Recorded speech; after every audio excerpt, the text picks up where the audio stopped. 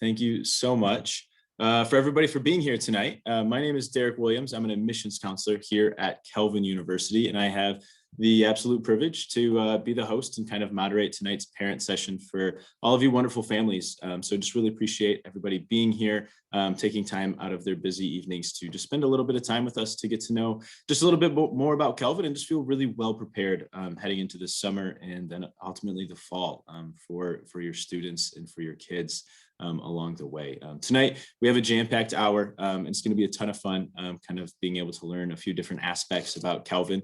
A few key tenets of tonight that we're going to be talking about is going to be faith and community. We have one of our favorite people from our campus, Reverend Mary Hulst, will be with us tonight to share a little bit about faith and community.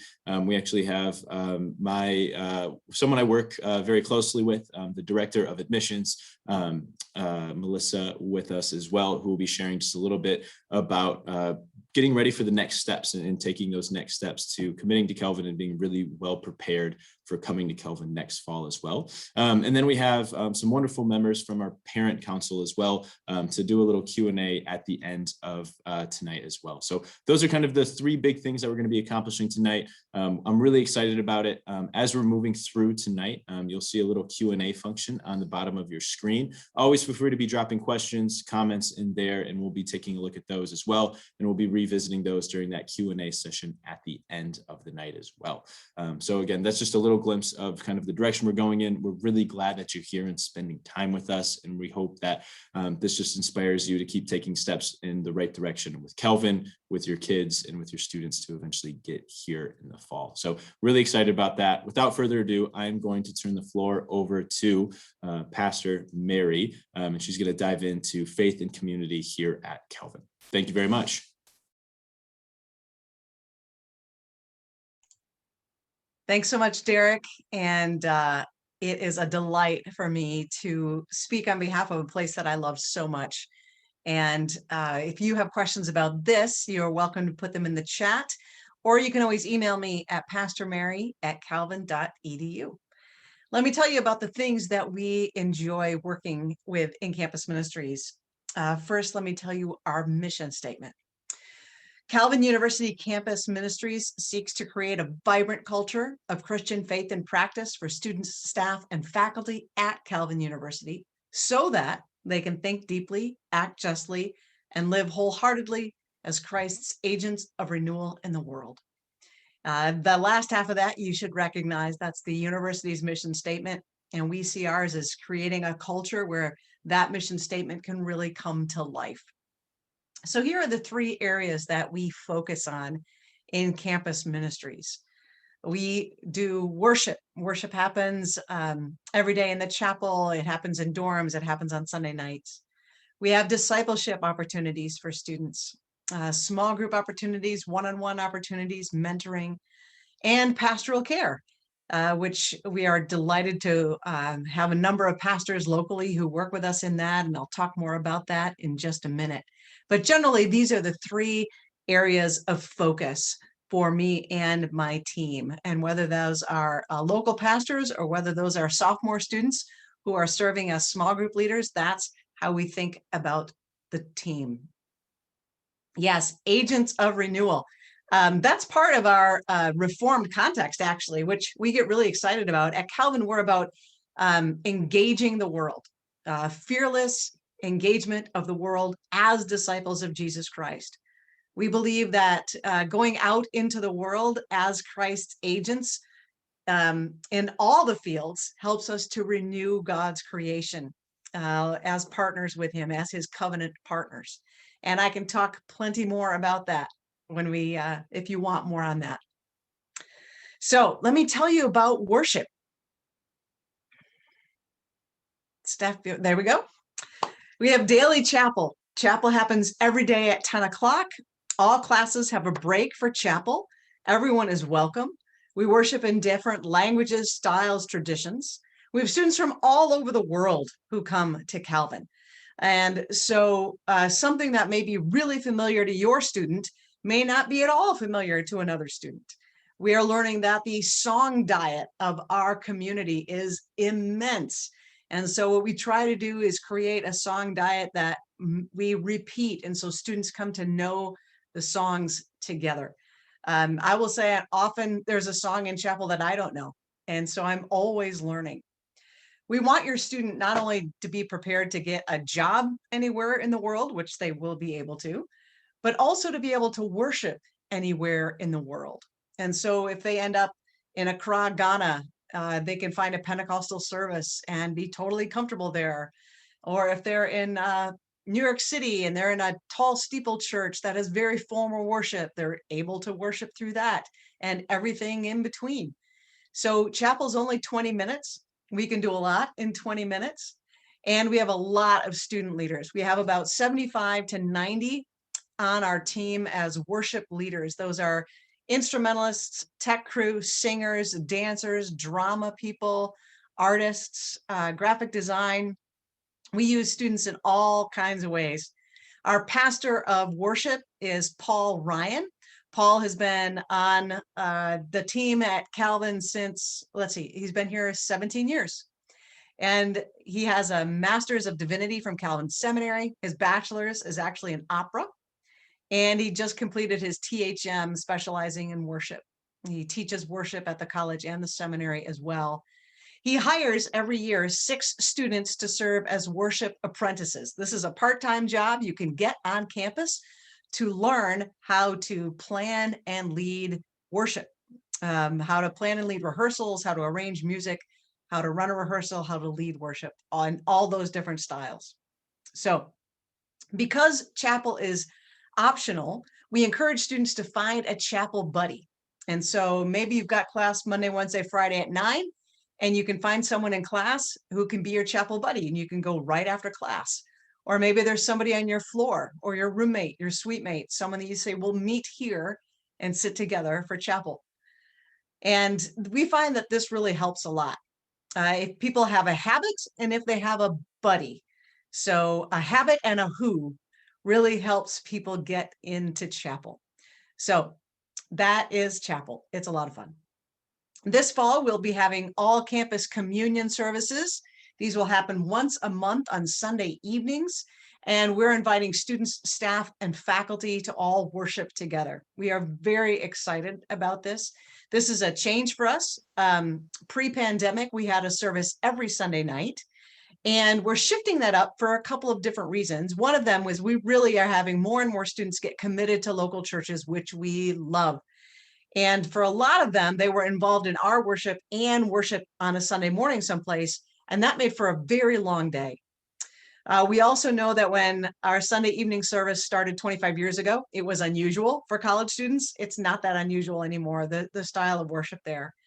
And so we're shifting to something that we think our community needs, which is a time to all be together and worship. And so we're doing 6 o'clock services, which works better for a lot of people's calendars and schedules. We're going to do communion together and have sermon, sacrament, song, scripture. We're excited about that. So those dates will be forthcoming, and your student will get more information about that in the fall. Gluten-free options will be provided. And if your student is not yet a communicant member, we also have ways for them to participate and receive a blessing. Students love to worship, and we equip them to worship where they are. And so dorms often have worship nights. Dorm worship is usually on Wednesday evenings. It's coordinated by some of the student leaders in the dorms. And then we have off-campus houses, and they often just come to us at the beginning of the year when they need us to sign a form so they can check out equipment like a projector or something like that. Because we have so many students who've been on these worship teams and they've been trained how to lead worship together. We want them to just have informal worship in their off-campus houses and in their dorms. And so if your student, we have many juniors and seniors, for example, who have internships or clinicals or student teaching or something that makes it so they cannot get to chapel during the day. And having these options where they live is so helpful for them so that they don't get out of the habit of regular worship with other people. For our discipleship program, we have small groups in every dorm. These are led by our Barnabas students, and they are trained when they come to campus They spend a week in training of how to help students. In the fall, we all do the same study together. There's no homework, so your student can just show up and there will be something right in their dorm. Sometimes the dorm basement, sometimes the coffee kitchen on the floor, sometimes, especially this year, outdoors, whether that's on the upstairs deck or out on the lawn. Lots of small groups that are happening. We have one-on-one mentoring that's available too if students would like that, a little more intentional involvement. And the discipleship program is for anyone. And we have students who became a Christian just a year or two ago and don't know anything about the Bible, don't know anything about theology. And then we have students who've grown up in faith and have gone to Christian schools, and they know a lot about the Bible and theology. What we say is that the discipleship groups are formulated to have conversations about things that matter. And so it's not Bible trivia, it's not get your theology right. It's let's get together and talk about the things that really matter and learn from each other. As I said, we have students from many different denominations. It's a very ecumenical place. And this is a great opportunity to learn how other people have grown in faith. The Barnabas students, as I mentioned earlier, we named them after the character in the book of Acts who had the nickname Barnabas, which meant son of encouragement. And so our students are men and women of encouragement. They're sophomore students, and their job is to be a person of encouragement, to encourage you in your faith, to pray for you, to help you find a church, to be your chapel buddy. They're your first line. So if your student needs prayer, if your student is struggling, they can seek out the Barnabas student in their dorm and get some immediate pastoral care, scripture, prayer. And then our campus pastors, we love to meet with students. It's our great joy. We have seminary interns who work with us as well. We can meet one-on-one with students. We can take walks. We can meet in our offices. Lots of opportunities. And we talk with students about everything. Relationships, what they want to be when they grow up, how they're getting along with you, faith, doubt, all of it. And then we're really blessed to have 5 pastors, local pastors, that we've invited to be our pastoral partners, particularly for communities that tend to be underrepresented on our campus. So that, for example, if someone is, if their first language is Korean, they may be really helped by speaking about their faith and intimate things with someone whose first language is also Korean, and same with Spanish. And so we're really glad for our pastoral partners and excited that they will be back on campus in the fall. And they'll each have regular office hours, and we'll post those so your student can keep an eye open for that. And they have access to campus. They can have meals with students. All of that is provided to our pastoral partners. And so there's lots of ways for your students to get care. One of the things that I'll say is that at Calvin, there is a buffet of opportunity for spiritual growth. So if your student wants to grow spiritually, it is all there for them. And we can help them. We will help them find a church. We will help them grow. And we're eager to have them join our community. Melissa, I think you are up next. I am, and thank you, Pastor Mary, for sharing those opportunities with us. It's wonderful to hear about all the different ways that our students get engaged in faith and can be part of that really vibrant community in some of the formalized ways. But I know from being around campus that faith also happens a lot of informal ways too. Yes. It happens in the classrooms. It happens in just praying with your friend over lunch. I see it all the time in action in very informal ways. Yes. Amen. Wonderful to see. It's a really vibrant community, and just as a college, it's a vibrant community, but that adds another layer that gives so much strength to our students and so much encouragement to have others of faith around them and supporting them, along with all of our staff and faculty that share in that as well. So I hope you are feeling confident in sending your student to us this fall if they have indeed decided to come join Calvin.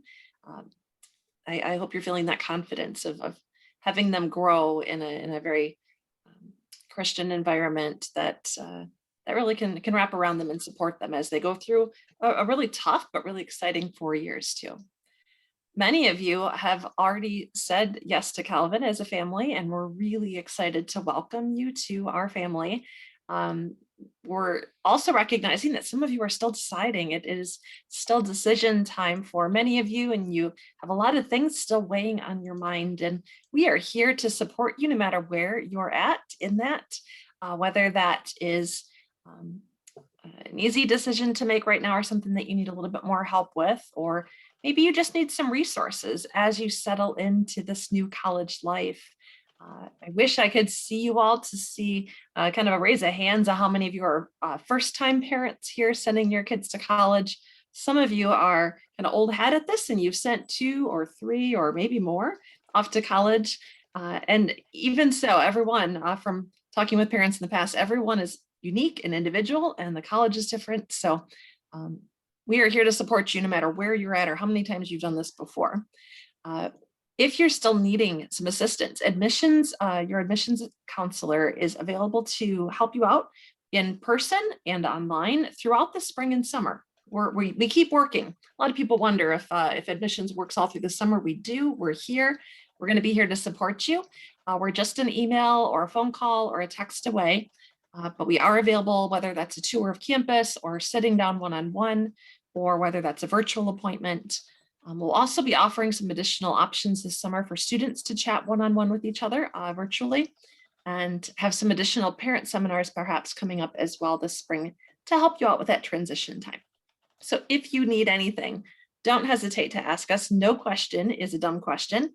We'll help with anything. Just email us at admissions@calvin.edu, or reach out to us via our general phone number, or reach out to your admissions counselor as well. So really important that you reach out. Again, no question is too big or too small. We're going to help you out with that. Things that come up this summer, if you don't already have them on your radar yet, your student should be signing up for orientation next. So making their deposit first to commit to say Calvin's my place is their first step. Then signing up for orientation, which is when they really get acclimated to the academic environment. They learn about all the different resources that are there for them. That's happening on campus. We have 2 more dates for that, May 21st and June 7th.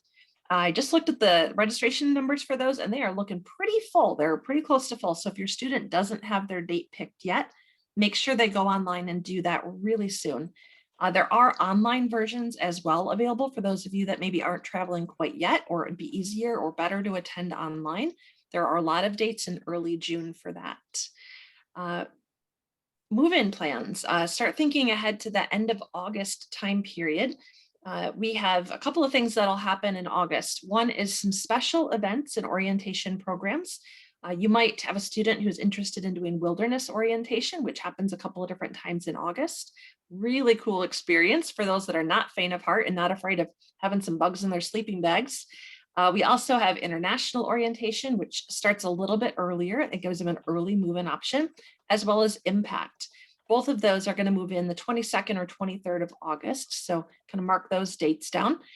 And then everybody moves in by August 25th or 26th. That evening of the 25th or the morning of the 26th, they'll be moving in and then starting this really exciting and wonderful welcome week experience as the new freshmen come in, get acclimated, meet all of the new students and staff and faculty around them, and get ready to start classes then that next weekend. Certainly you are all looking ahead. I hope you're looking ahead in eager anticipation and not in fear or anxiety. There are some great things ahead. Short term, you've got graduation looming for many of you. Some of you did graduation last year. It's looking at the roster to see when your kids graduate. So some of you already made it through that, but many of you are looking ahead to graduation and senior year finishing up. And that is such a wonderful time for just experiencing that joy and that emotion and the pride that you have for what your student has accomplished. Pause and enjoy that. And I know the anxieties around all this transition and what college has ahead can be a little bit big sometimes, but I hope that you get a moment to stop and enjoy that and really relish in that with your student and celebrate it. Long term, there's lots to look forward to in terms of joining college. For many of you, this will be your first experience in quite a while. Maybe you had gone to college before.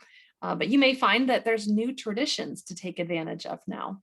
You might find you have some free time on your hands if this is your last or only kid to go to college. Maybe there's new hobbies or free time or travel ahead of you.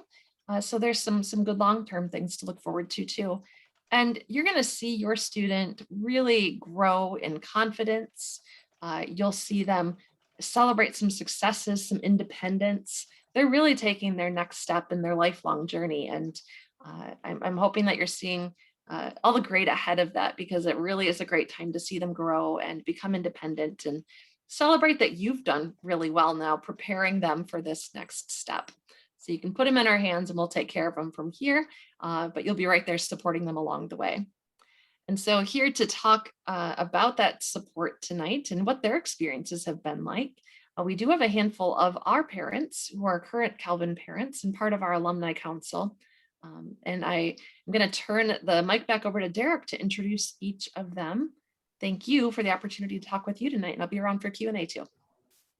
Thanks, Melissa. That was awesome. I don't think I could sum up anything more or better than what she just did of how excited we are to have a new class coming to Calvin, to be able to experience who we are and what we do here at Calvin. And so the best way to communicate that is, as Melissa was saying, to have some parents of current Calvin students kind of talk about their experience and sending their kids to Calvin and being able to live in that. And so we're really excited to welcome three fantastic parents tonight to be able to talk through this. You can see their names on the screen, but we have Kent Kuhlman, Sherry Mers, and Mark Van Andel to just kind of talk about their experience, what it was like to send their kid to Calvin and be able to work through that. So I'm going to let them take some time to introduce themselves and say hi real quick. And then once they're done with that, we'll begin the Q&A session. So I've seen there's a couple good questions in the Q&A right now, so continue to drop those in there, and we'll start tackling those as soon as we go through these intros right here. So I'll turn it over, and you guys can start introducing yourselves. We'll start with Kent and then work our way to Sherry and then Mark. Hey, Derek, thank you so much. My name's Kent. I'm from Whitensville, Massachusetts, over here in central Massachusetts. So quick introduction. I graduated from Calvin College back in 1991. And I have three children well, one of them has already graduated from Calvin. He is now just getting ready to graduate from the University of Michigan Graduate School. And then I have a senior who's graduating, Ariana, this year. And then I have a freshman wrapping up her first year. So I think you might say I'm wholly invested in Calvin College. I'm super excited about it. It's a wonderful place. I've always deeply respected everything I've heard coming out of the university, whether it be Pastor Mary, Sarah DeVries, President Leroy, and panel, things like this. Very, very excited about the place. My kids made their own choices, even though my wife and I are both alumni. We gave them the freedom to make their own choice, and they all chose Calvin. So that's a brief introduction to who I am. Awesome. Thanks, Kent. Appreciate that. And now we'll move on to Sherry, if you'd like to introduce yourself real quick. Hi, I'm Sherry Mers. I live in Spring Lake, Michigan. I am originally from New Jersey, and I actually came to Calvin College and graduated with a music education degree back in 1983. But we have 4 children, and 3 of my children have attended Calvin. My oldest daughter, Lauren, graduated from Calvin in 2015, and she went on to the University of Michigan Medical School, and she is currently a physician in Boston, Massachusetts. Then my next daughter could have gone to Calvin, and we really wanted her to, but she didn't want to follow her sister. So she actually went to U of M and has an engineering degree and works in Chicago. And then I have a son, Mike, who graduated from Calvin just last year in the engineering department. He's a mechanical engineer and currently works for Siemens Gamesa, which is a big company with wind turbines. So, and they are really an international company, but is mostly centered in Florida. And then my youngest son, Jeff, is a junior at Calvin, and he is going into rec therapy. So everybody's been a little bit different and following different paths.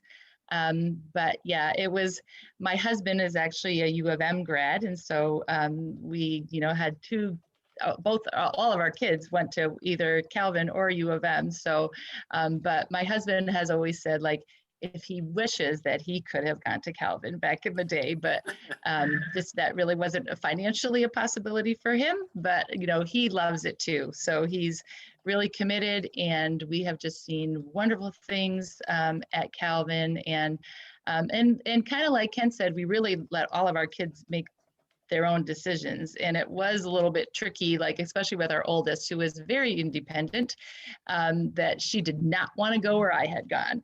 And so that was really tricky. But she actually was a soccer player, and she played soccer, and Calvin was a good choice for her with that too. So yeah, so it's really interesting, all the different pulls and all the different things that can bring you to Calvin, but we're so happy with the education that they've gotten. They have been super successful. So it just kind of, I think, just shows just how Calvin has really prepared them for so many different walks of life. So thanks. Awesome. Thank you, Sherry. Appreciate those comments. And we'll move on now to Mark, if you'd like to introduce yourself for us.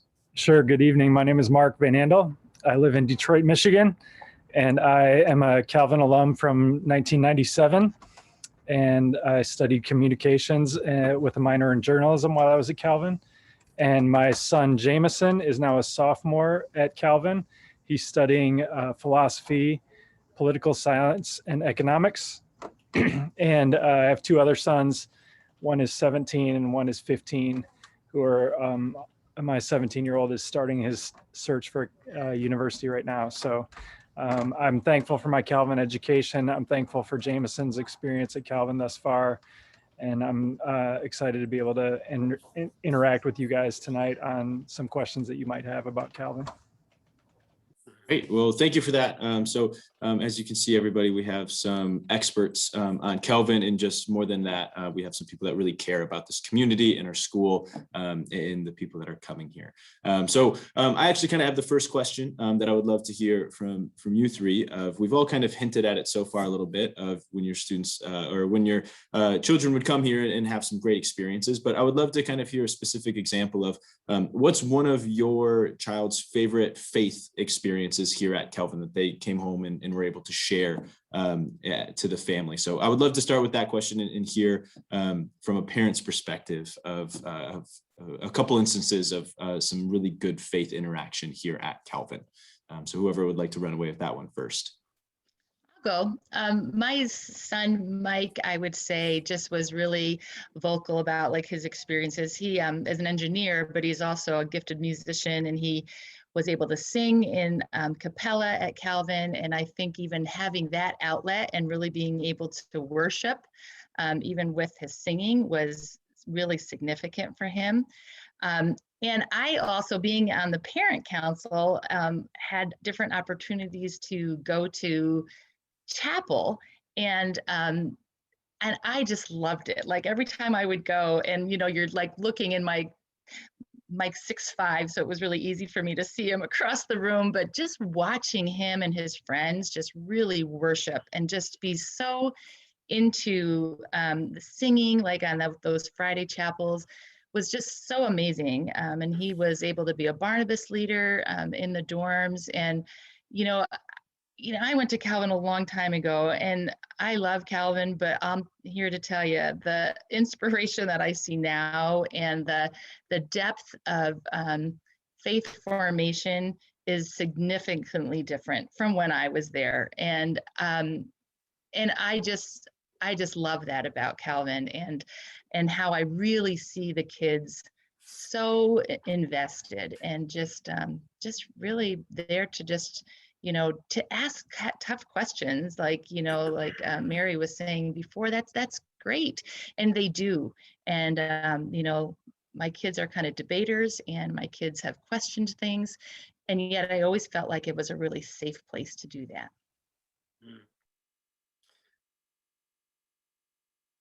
Yeah, Derek, let me just mention that it was tough during COVID this year, right? Not a lot of gathering going on. And I think one of the things that stands out in my head are the stories that my daughter Ari told about their house gathering and worship on Sunday mornings in their house. Live streaming a local service, maybe Pastor Mary. And so they developed this smaller community that were already deeply committed to each other because they lived together. But they expressed their faith that way. And she spoke of that so fondly. She's a senior.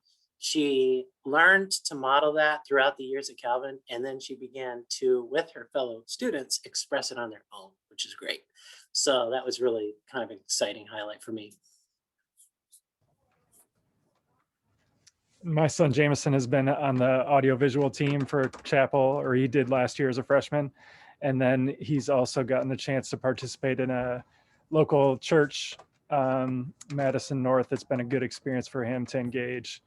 I think it's really neat as a parent to see my son making his faith his own at Calvin and starting to take steps on his own. So that's been an encouraging step for us. Yeah, I love to hear that. It mirrors so much of my time here at Calvin too. It kind of gives me the chills a little bit, knowing that it's a community-wide feeling and experience for all of that too. And so I think it's a beautiful thing. And so I saw, and again, I appreciate everybody sharing that too, and kind of being able to speak on that. Pastor Mary, I wanted to kind of circle back to you. We had some great questions in the chat, maybe about some local churches and the activity and relationship we have with them. As much as we love students to be here in community, worshiping together on our campus, we also want to be a part of the community around us too, and being able to engage in that. So could you speak on that relationship a little bit, and maybe some, you mentioned we have some good, about 5 pastoral partners in the community too. Can you just kind of talk on that and share on those experiences and relationships for a little bit too? Mm-hmm. Yeah, we definitely want our students to be involved in the local church. And so we set that up by, in the first week of classes, we have a church information fair. And we have about 40 different churches that come to campus.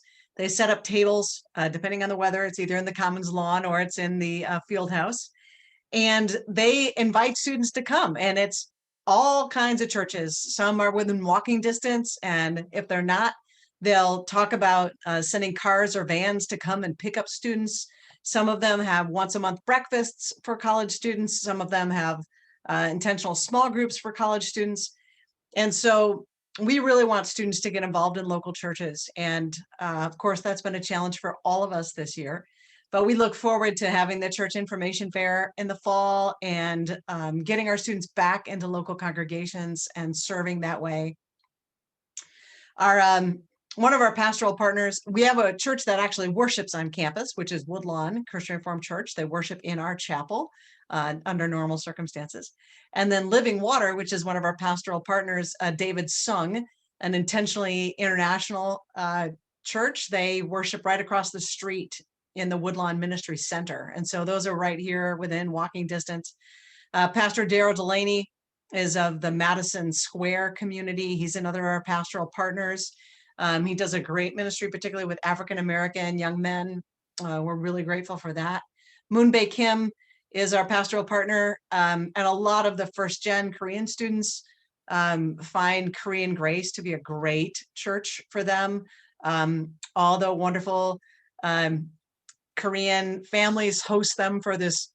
Their church smells amazing on Sundays. I'm just going to say I can hardly get through worship because the food is just beckoning. So that's been just a great place for so many of our students. And then Mission de Fe with Brian Salguero is a Spanish language congregation. And he's got 2 students who are at Calvin. And so that's been a really great partnership.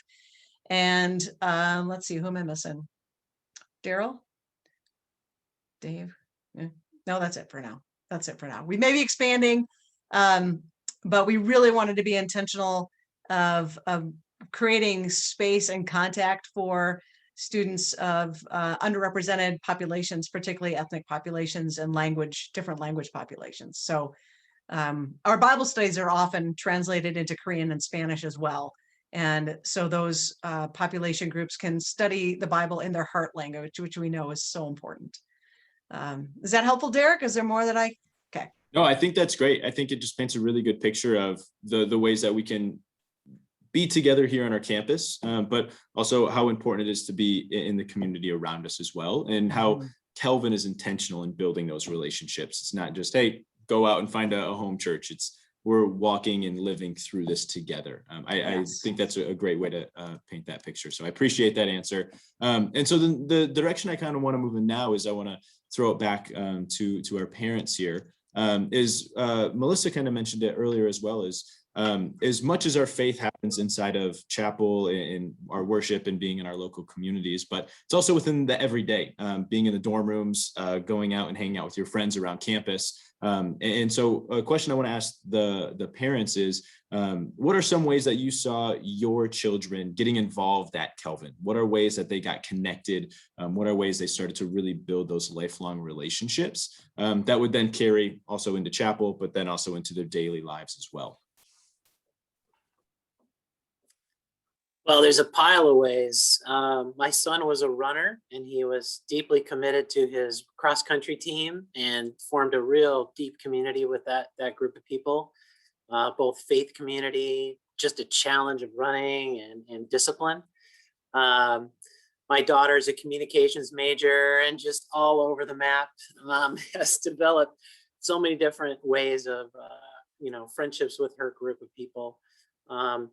And I think what stands out in my head is our freshman, who's had a tough year, right, with COVID, but she has developed a deep friendship with her roommate. The two of them just inseparable, along with a group of good friends in the dorm. Calvin has taken a wonderful approach in this very difficult time, being very committed to each other as a community, getting through this, making agreements that they could keep, and keeping folks in class as much as possible. So I think those experiences sort of stand out, the deep friendships that people form, and the love of Christ really kind of comes alive when it's expressed through a person and through people around you.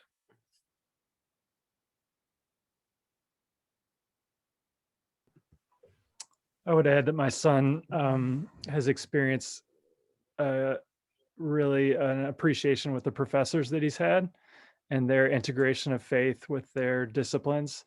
And he took a race and place interim class last year that was really engaging in the city of Detroit, where the concepts of justice and faith were really integrated well. And so that's been positive for him. He's also in the honors cohort and lives on the grassroots floor. So he has an experience of encountering issues of diversity and justice in his on his floor where he lives. So those have been all positive experiences for him to integrate his faith with his learning and the community around him.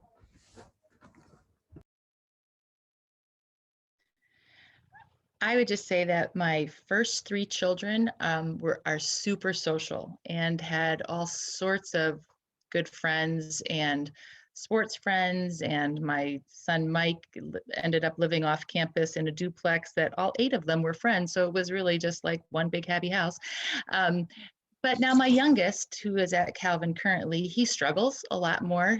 He's got some learning issues and some social issues. And so that's important, and for people to know that there's kids like that out there too. So he struggles a lot more with friends, and so his group is a lot smaller.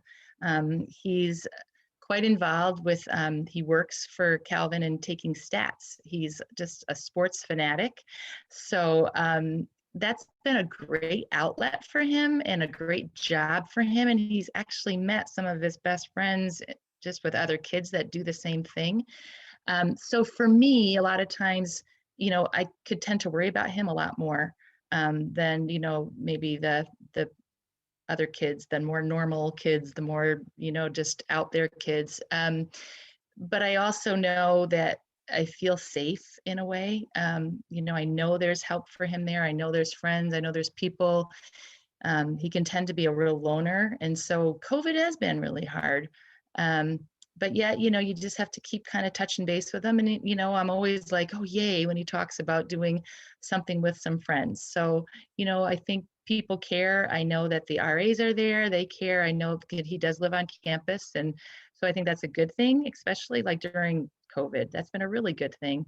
But you just know that there's just people there, and, you know, I just never feel like he's completely alone. So just that every day, just having that support that Calvin can really give to the kids that really are a little bit, you know, more the misfits, I think is a really important thing to know, that that's out there too.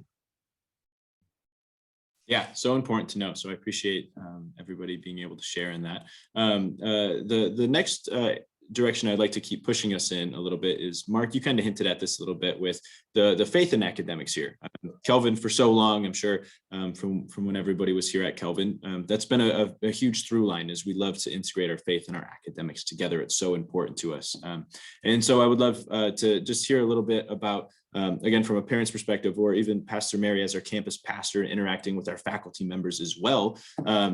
How can we have a little discussion about our faith in academics, and hearing it from a parent's perspective or our campus pastor's perspective, and being able to, how we can see that in our children when they come home, and be able to have further conversations with their parents or with their pastor, and what it means to them as well. So I'd love to be able to just kind of touch on that of, from a parent's perspective, how have you seen the faith and academics and community all come together to really impact your child? And same for you, Pastor Mary, how, when you're here on campus and you're interacting with the faculty member yourself, what does that look like? What are those conversations? I think that'd be really cool to hear as well. I'll start on that one a little bit. And I especially think of my oldest daughter, when she went into the field of medicine, and so was in the sciences, and she's a very independent thinker. And I always kind of thought like, oh boy, you know, where is she going to go? Because she's not going to just let, like, you know, any prof just say, this is the only way it can be. And, you know, she just kind of likes to think outside of the box. And I think she would say even now that, you know, Calvin was just a good place for her with that too. And I so appreciate that about Calvin. That you just know that they're the core of everything they believe is there, but they're not ever pushing their beliefs like down anybody's throat. You know, they like to communicate with kids. They really like to hear debates. They like to let them question things and talk through things, and be able to come, you know, around to, you know, to what's right. And so anyway, I just always felt like that was such a great thing, instead of maybe a college that was more narrow-minded, and that wouldn't have worked well for my daughter. And so I just think Calvin just allowing kids to think, and allowing kids to question, and being able to have communication with them is just so important. I mean, they're adults; they have to come around to their beliefs on their own. And so I just think Calvin did a great job with that. Awesome. Thank you for that. And real quick, before we move on, and for whoever else answers next, I did want to say for all of our parents out there as well, is please continue. In the bottom of your screen, you'll see the Q&A function. Might be hiding in the 3 dots in the more section there, but please, whatever questions you have left, we're happy to continue to answering those for the next 5-10 minutes here. So please, whatever else is on your mind, be able to ask those. We just want to make sure that we're leaving you with more answers than questions at the end of tonight. So just wanted to interject and say that real quick. So sorry about that.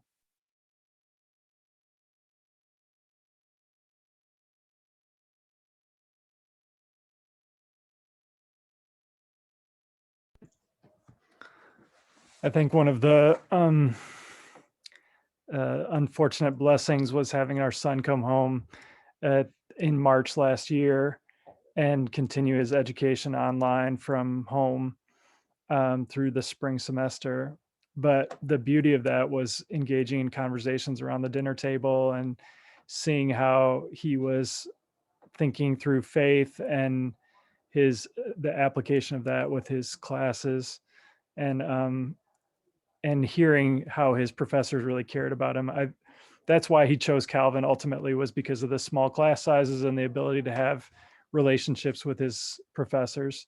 and it's really come to fruition in beautiful ways. And then seeing him engage with George Floyd's murder last summer, and the process of kind of working through that from his own experience and from his relationships at Calvin was really impressive to me, to see how his maturation is and his ability to think faithfully through things because of the experience that he'd had at Calvin.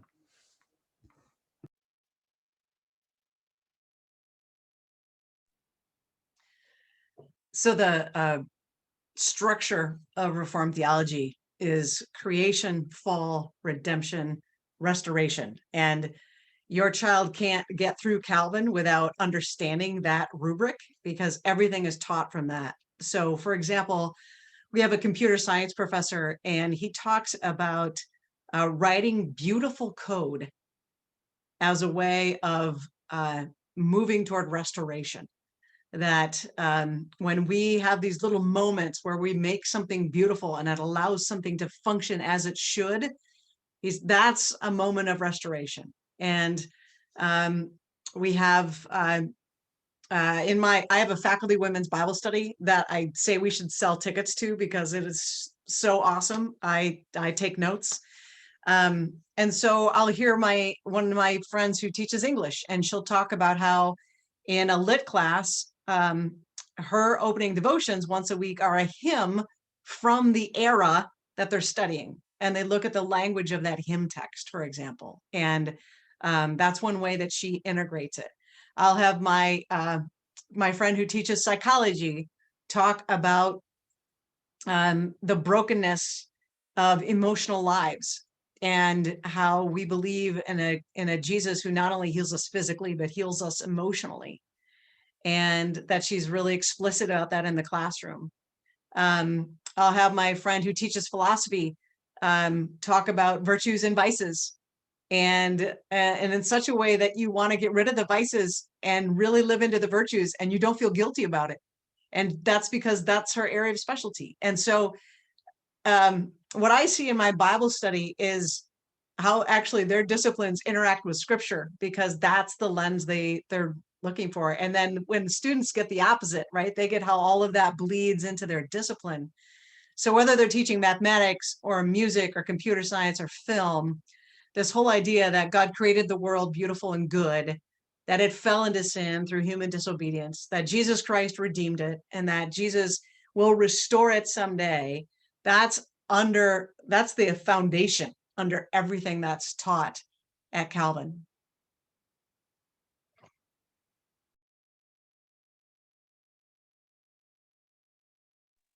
So Derek, just a final thought on that. I think it's been true of my life. It's been true of my son, especially, and my daughters as they pursue their eventual vocation.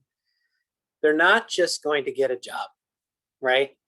There's something else going on. There's a deeper mission. There's a deeper purpose to what they want to do in the world. I started my life as a school teacher, and now I'm a director of sales. And there's always a mission that really has something to do with God's work in this world towards restoration.